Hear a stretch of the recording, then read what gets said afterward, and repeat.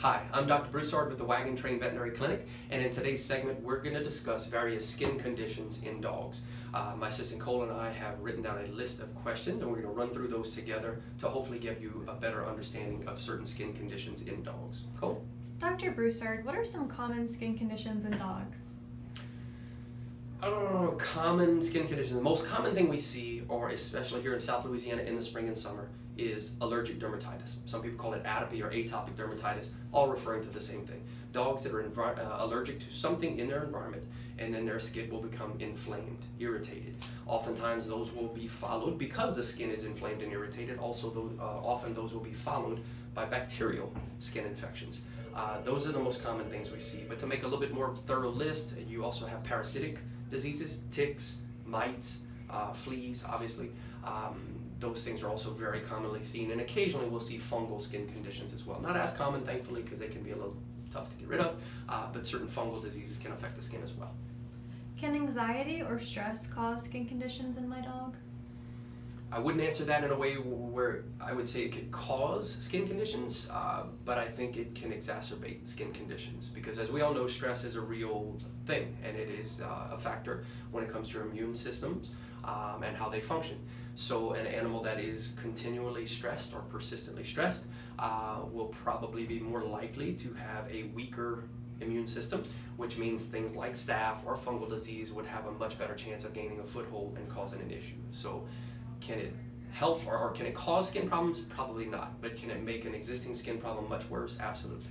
Yeah. Could a grooming product be the cause of skin conditions in my dog? Yes, but the only way I can think of that happening is if your dog would be specifically allergic to an ingredient in that grooming product. Maybe a medicated shampoo. Most of the hypoallergenic ones, by their very name, should not be induce an allergic reaction. But yeah, certain ones that do contain antihistamines, antibiotics, antifungals, things like that. If an animal is sensitive to those products, then yeah, you run the potential of a shampoo causing an issue.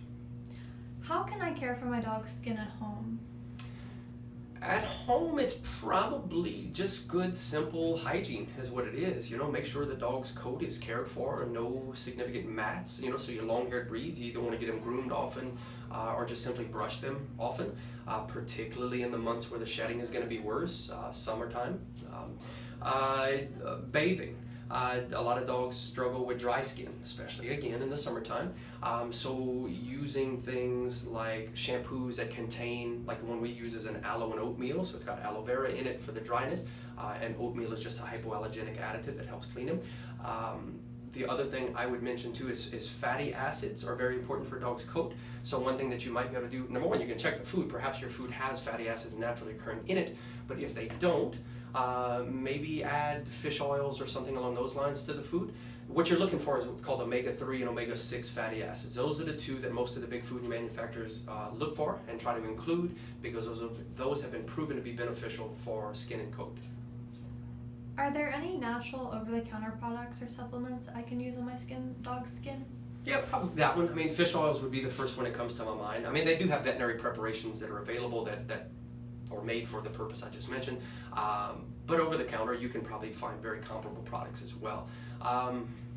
Beyond that, not really. Topical things, yes, but anything oral additives, I wouldn't think so. I would think I would discuss that with your veterinarian first before trying any kind of at-home remedies on that.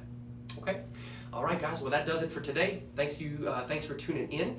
If you need to contact us, have any more questions, anything like that, you can reach us through Facebook, through email, or you can just simply call us here at the office. Again, thanks for tuning in, and we'll talk to you soon.